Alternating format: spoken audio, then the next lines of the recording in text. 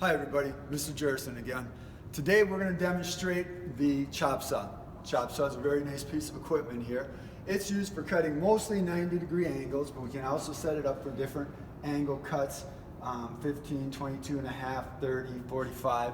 We'll go over that a little bit more. All we're going to do today is we're going to cut at a 90. Chop saw is a relatively safe piece of equipment. Looks pretty safe until we lift up the guard. We have to be very careful with this piece of equipment. There's a lot of sharp pieces of steel flying around here. Anytime we come up to the chop saw, we have this sacrificial board. Every time I come up to it, I'm going to move it over a little bit, and I'm going to cut just a little bit off of it. Got to remember to have my quick grip clamped on there, but by doing that, that now tells me that's exactly where that saw blade's going to cut. That's going to make things a little bit easier for us. According to our plans here that you'll have on your canvas tile, we're going to cut these at 13 1/4. Now the cross cut on this one, the rule is we always measure left to right. If we measure from the right to left, it doesn't account for that saw blade width. So the rule is measuring left to right. I take my board, put it up here. I'm going to take my tape measure. I'm going to measure over 13 1/4, and I'm going to put that mark right on the very end of the board. I don't want to put it in the middle. If I put it in the middle, now I have to try to line it up. But you see where that mark is right there? I can line that up exactly with the end of the board, and now I'm ready to cut.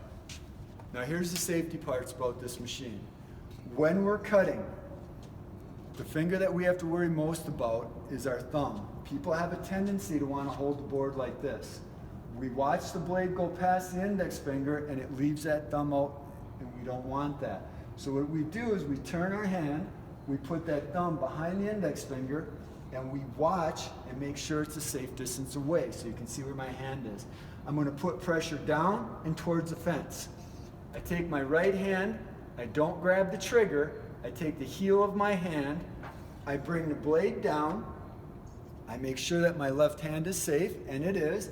I bring it back up to the top of its throw, I turn the machine on and wait till it hits full RPMs. You'll be able to hear it. Turn it on.